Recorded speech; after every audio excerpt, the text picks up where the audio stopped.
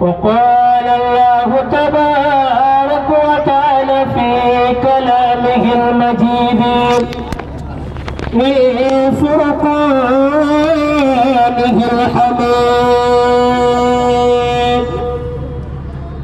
ربنا ظلمنا أنفسنا وإن لم تغفر لنا وترحمنا لنكونن من الخاسرين দেখো কেমন ঈমান আনিলেন আমার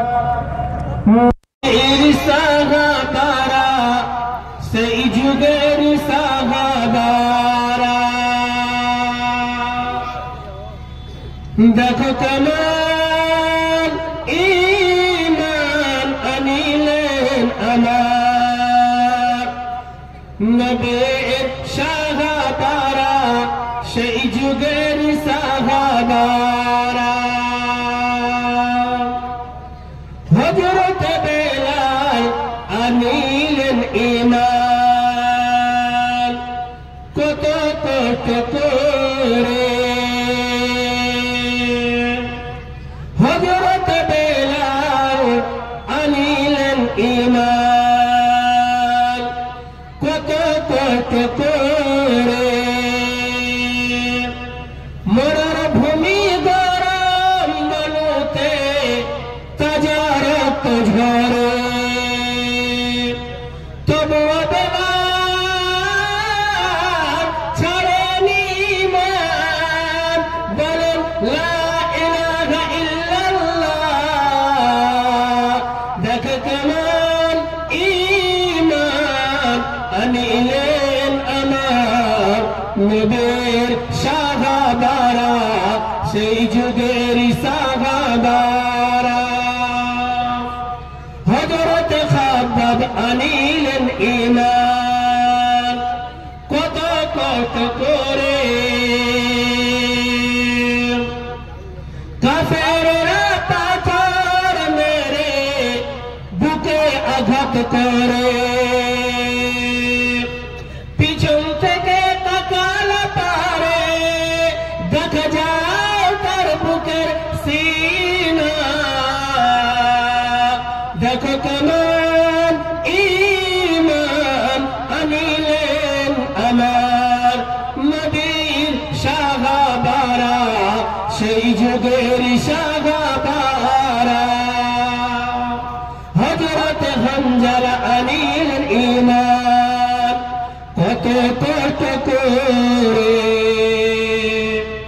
বিয়ের পরে প্রথম রাত্রি ছিলেন বাসর ঘরে হযরত হামজা আনিলেন ঈমান কত কষ্ট করে বিয়ের পরে প্রথম রাত্রি ছিলেন বাসর ঘরে যুদ্ধের ডামামা উঠল ভেসে গোসল করা হলো না দেখো কেমন ঈমান আনিলেন আমার নবীর সাহাবারা সেই যুগের সাহাবারা হযরত আলী নবীর জামাতা থাকে কুফর শহরে হযরত আলী নবীর জামাতা থাকে কুফা শহরে ফজরের নামাজ পড়ব বলে এলেন আল্লাহর ঘরে পিছন থেকে বেঈমানেরা মারলে তারে ছোরা দেখো কেমন ঈমান আনিলেন আমার নবীর সাহাবারা সেই যুগের সাহাবারা শ্রদ্ধেয় অসম্মানিত আজকের এই জলসার নির্বাচিত সভার সভাপতি সাহেব এবং স্টেজে বসে থাকা উলামায়ে কেরামগণ, বিভিন্ন গ্রাম, বিভিন্ন এলাকা, বিভিন্ন পাড়া, বিভিন্ন গোষ্ঠী খানদান হতে ছুটে আসা ইসলাম বিরোধী, ইসলামকে ভালোবাসা বাপজানারা এবং ভাইজানেরা, একই সাথে পর্দার আড়ালে বসে থাকা পর্দা নশিনা মা এবং বোন বোনেরা, সমস্ত প্রশংসা ও সমস্ত গুণগান ওই মনিবের দরবারে করি যে মনিব আমাদেরকে এই পৃথিবীর বুকে কতগুলো নিয়ামত দিয়ে সৃষ্টি করেছেন। তাই সকলে বলেন আলহামদুলিল্লাহ, জোশে বলুন আলহামদুলিল্লাহ। তারপরে পরে তার ধর্মীয় নেতা মা আমিন আল্লাহ আরবের দুলাল নবী মক্কি, নবী মদানী, নবী আহমদ, নবী মুহাম্মদ সাল্লাল্লাহু আলাইহি ওয়াসাল্লামের প্রতি কোটি কোটি শান্তির ধারা বর্ষিত হোক। আল্লাহুম্মা সাল্লি আলাইহি, আল্লাহুম্মা বারিক আলাইহি। মুহতারাম, আজকে আমি এই জলসাকে কেন্দ্র করে আল কোরআন থেকে দুই জায়গা থেকে আয়াত তুলে ধরেছি। আর সে আয়াতকে সামনে রেখে বেশ কিছুগুলো কথা কোরআন এবং হাদিস থেকে আলোচনা করব। আমার আল্লাহ যদি আমাকে তৌফিক দান করেন, ওয়া তৌফিক ইল্লা বিল্লাহ। বক্তব্য শুরু করার আগে আপনাদের কাছে একটি রিকোয়েস্ট করছি, গুজারিশ করছি, ভাইরা যারা দাঁড়িয়ে আছেন এবং যারা পিছনে বসে আছেন, আল্লাহর রাস্তায় একটু এগিয়ে আসেন, একটু বসে যান। যারা দাঁড়িয়ে আছেন তাদেরকে আমি অনুরোধ করছি, ভাই আমার, আব্বু আমার, একটু একটু করে এগিয়ে যান, মাহফিলটাকে একটু গোছ করে নেন, তারপরে আপনারা শুনুন, সবথেকে বেহতর হবে। তো যা হোক, আল্লাহ রাব্বুল আলামিন সর্বপ্রথমে যে আয়াতখানা আমি আপনাদের সামনে তেলাওয়াত করেছি, আল্লাহ রাব্বুল আলামিন তিনি বলছেন, ইয়া আইয়ুহাল্লাযীনা আমানু কু আনফুসাকুম ওয়া আহলিকুম নারা। হে ঈমানদাররা, যারা আল্লাহকে বলে বিশ্বাস করে নিয়েছো, আল্লাহকে এক বলে মেনে নিয়েছো, আল্লাহকে এক বলে স্বীকার করে নিয়েছো, আল্লাহর প্রতি ঈমান নিয়ে এসেছো, তাকে রব্বুল আলামিন ডেকে বলছেন, হে ঈমানদাররা, তোমরা কি করো? নিজে আগুন থেকে বাঁচো, জাহান্নাম থেকে বেঁচে যাও, তারপরে তোমরা নিজের পরিবারকে বাঁচিয়ে নাও। পরিবার থেকে মা, বাবা, বেটা, বেটি, সন্তান যতগুলো রয়েছে সমস্ত জিনিসকে রব্বুল আলামিন বললেন কি, তোমরা জাহান্নামের আগুন থেকে বাঁচিয়ে নাও। মুসলমান ভাইয়েরা, আল্লাহ রাব্বুল আলামিন জাহান্নাম থেকে আমাদেরকে নিজে বাঁচতে বললেন, আর বাঁচার পরে রব্বুল আলামিন বলছেন, বান্দা তোমরা নিজের পরিবারকে তোমরা বাঁচিয়ে নাও। কেন, কি কারণে রব্বুল আলামিন জাহান্নামের আগুন থেকে আমাদেরকে বাঁচতে বললেন এবং আমাদের পরিবারকে বাঁচিয়ে নিতে বললেন? জি, আল্লাহ রাব্বুল আলামিন বলছেন যে জাহান্নাম খানাকে কত সুন্দর করে আমি তৈরি করে রেখেছি, সেই জাহান্নামের ভিতরে তোমরা জ্বলতে পারবে না।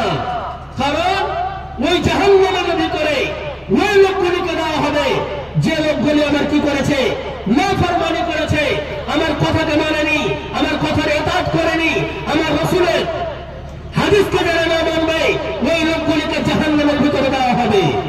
অথবা তোমরা কি করো, ঈমান নিয়ে এসেছো, তোমরা তাড়াতাড়ি করে তোমরা জাহান্নামের আগুন থেকে তোমরা ছুটকারা পেয়ে যাও।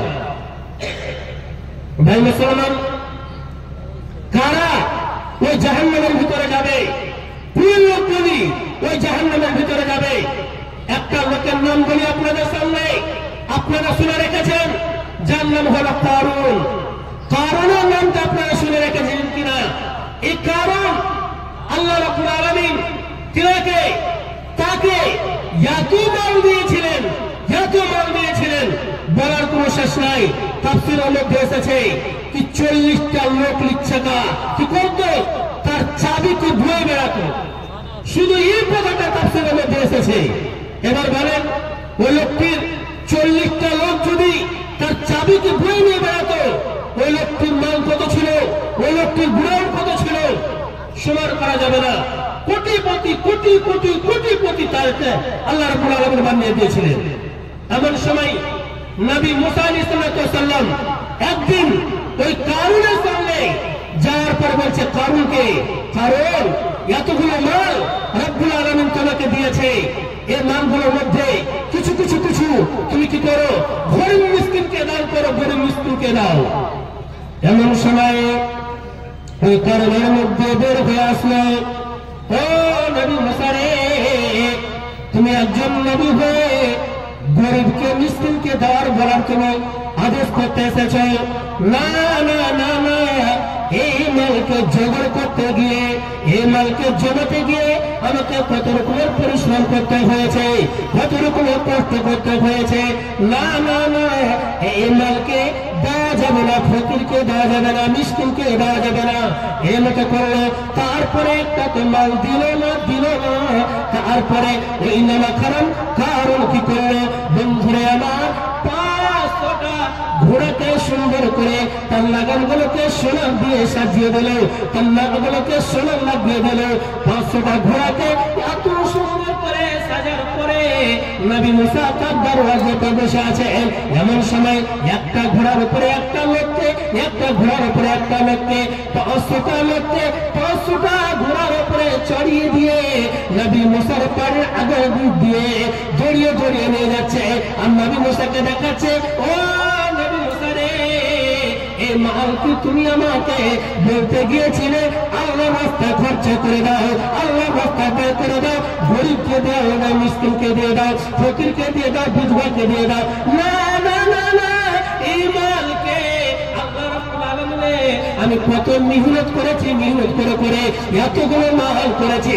যখন এর মতো করে ছিড়াতে আরম্ভ করলো রে নবী মুসা, আল্লাহ রাব্বুল আলামিনকে ডেকে বলছেন, রাব্বুল আলামিন আর বরদাস্ত হয় না, আর বরদাস্ত হয় না। তাকে তুমি মাল আল্লাহর রাস্তায়, তোমার রাস্তায় খরচা করার জন্য বলতে গিয়েছিলাম, কিন্তু এ কারণ আমাকে এত যুদ্ধ করে দিয়েছে, আমাকে এত আমাকে নিশ্চিত করে দিয়েছে, আর বরদাস্ত হয় না। রাব্বুল আলামিন আপনার কাছে কিছু জোগাড় আছে কিনা? এমন সময় রাব্বুল আলামিন কি করলেন, আসমান থেকে জমিনকে বললেন কি, জমিন ঘুরে সরে যা, আর দেরি করিও না, দেরি করিও না। জমিন জুড়ে ফেটে গেল। কারণ রাব্বুল আলামিন কি করলেন, জমিনের ভিতরে গাড়তে আরম্ভ করলেন। দাবাতে দাবাতে দাবাতে বন্ধুরা আমার কত দূর পর্যন্ত গেছে। প্রতিদিন এক হাত, প্রতিদিন 1.5 হাত, প্রতিদিন 4 আঙ্গুল করে ওই জমির ভিতরে চলে যাচ্ছে, চলে যাচ্ছে। কতদিন পর্যন্ত যাবে? যতদিন পর্যন্ত কিয়ামত না হবে, ততদিন পর্যন্ত কারণ জমিনের ভিতরে ধসতে থাকবে। অহংকার মাল দিয়েছিল, মালের অহংকার করলো কে? কারণ আল্লাহ রাব্বুল আলামিন এই পৃথিবীর বুকে আল্লাহ রাব্বুল আলামিন তাকে দেখিয়ে দিল, জমিনে তাকে কি করলো, ডুবিয়ে মেরে ফেলে দিল। জমিনে যেতে আছে আর কিয়ামত পর্যন্ত যেতে থাকবে। ভাই মুসলমান, শুধু তাই নয়, আরেকটা কথা শোনাই। নবী মুসা আলাইহিস সালাম তিনি যখন নবী হলেন, ফিরআউনকে দাওয়াত দিতে গেলেন। দাওয়াত দিতে যাওয়ার পরে ফিরআউন চক্রান্ত করলো নবী মুসাকে মারার জন্য। নবী মুসা বাড়ি থেকে বেরিয়ে পড়লো নিজের লস্করকে সঙ্গে করে নিয়ে।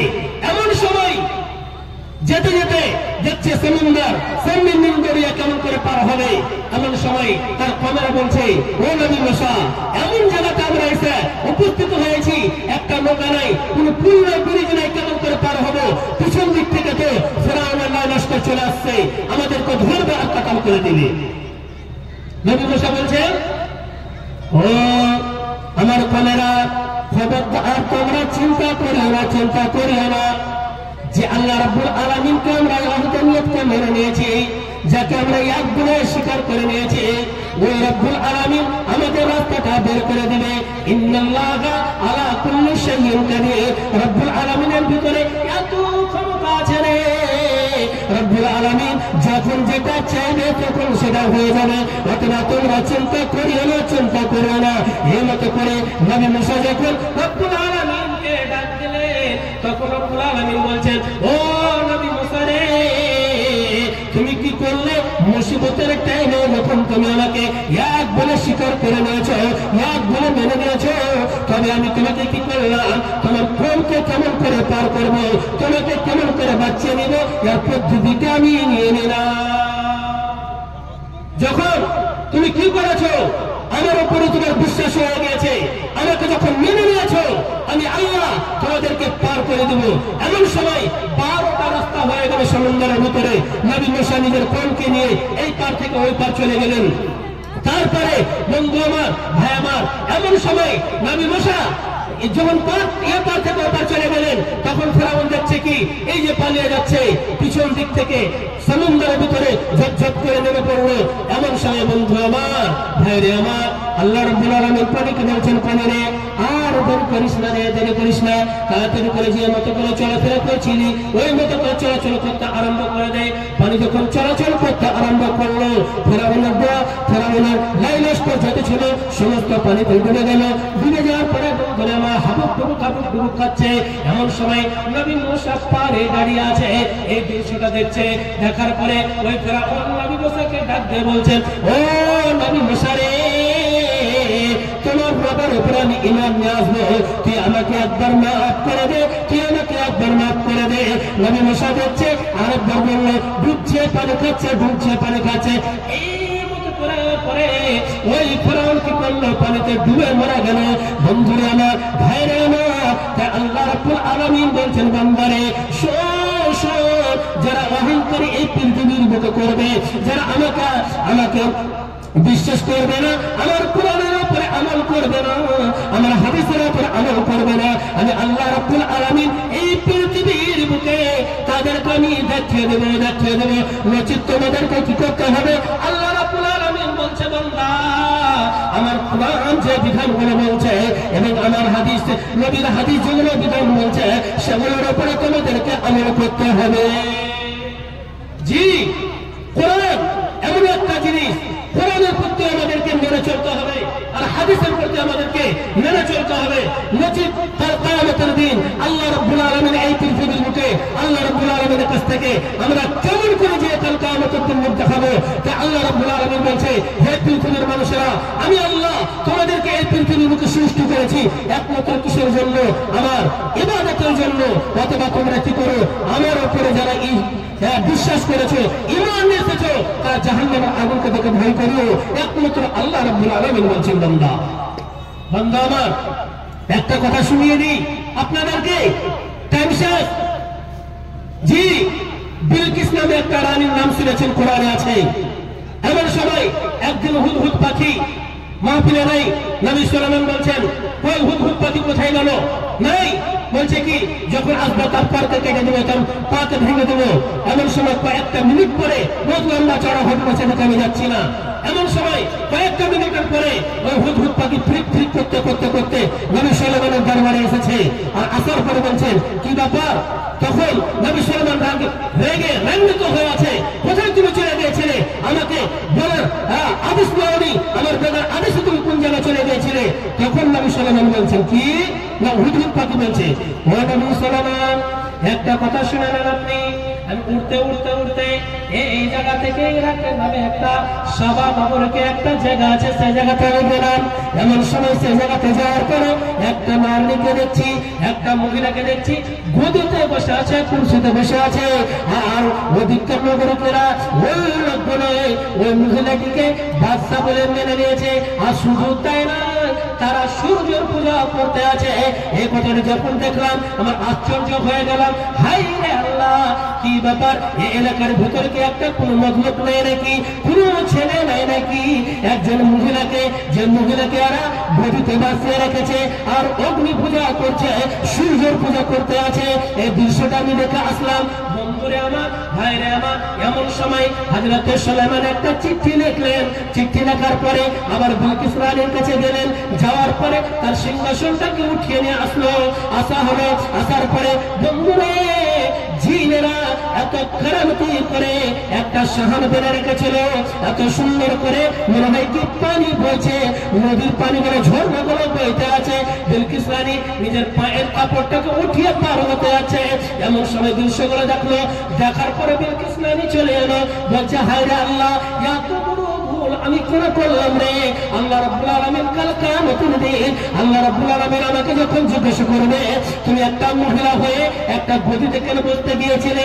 না, ও নবী সুলাইমান, আপনাকে আমি নবী বলে স্বীকার করে নিলাম, আপনাকে আমি নবী বলে মেনে নিলাম। আর যেটা আমার দ্বারাতে ভুল হয়েছে, আমি একজন মহিলা হয়ে আমি কি করেছি? গদিতে বসতে গিয়েছিলাম। জীবনে আমি গতিতে বসতে যাব না। অথবা ও এই মহিলাটি কি করলো, রব্বুল আলামিনের কাছে ইস্তিগফার করতে আরম্ভ করলো। আর করতে করতে করতে এই পৃথিবীর বুক থেকে চলে গেল। বন্ধুরে আমার, ওরে আমার মায়েরা, আমার বলার উদ্দেশ্য হলো এই পৃথিবীর বুকে আমরা এসেছি, আল্লাহ রাব্বুল আলামিন প্রত্যেকটা মানুষকে পাঠিয়েছে একমাত্র কি করতে হবে, এই দুনিয়ার বুকে আসার পরে আল্লাহর যেগুলো আইন আছে, কানুন আছে, বিধান আছে, সেগুলোকে আমাদেরকে মানতে হবে। নবী যে কোন কথা বলেছেন, নবীর কথাগুলোকে আমাদেরকে মানতে হবে। তবে আমরা এই পৃথিবীর বুক থেকে ভালো আমল নিয়ে যদি আমরা যেতে পারি, কাল কিয়ামতের দিন ছুটকারা পাবো, নচিত আল্লাহর জাহান্নাম থেকে আমাদেরকে ছুটকারা হবে না। যদি কোরআন হাদিস না মানি জীবনে, কি হবে গমের তারে। যদি কোরআন হাদিস না মানি জীবনে, কি হবে গমের তারে, কি হবে গমার তারে। চার মাযহাবকে ফরজ নিয়েছি, এক মাযহাবে আমল করেছি। যদি কোরআন হাদিস না মানি জীবনে, কি হবে গমের তারে, কি হবে গমার তারে, কি হবে গমের তারে। তো যাই হোক, এতক্ষণ পর্যন্ত আপনাদের সামনে কোরআন এবং হাদিস থেকে আলোচনা করলাম। আপনাদের পার্শ্ববর্তী গ্রাম মাওলানা বদরুদ্দিন মেজহারি, শামসেরগঞ্জ আমার বাড়ি। সেখান থেকে আসার পরে যেটুকুই বললাম কোরআন এবং হাদিস থেকে আলোচনা করলাম, আল্লাহ রাব্বুল আলামিন যেন সহি বলার এবং সহি আপনাদেরকে শোনার তৌফিক দান করেন। আমিন। ওয়া মা তাওফীক ইল্লা বিল্লাহ। আসসালামু আলাইকুম ওয়া রাহমাতুল্লাহি ওয়া বারাকাতুহু।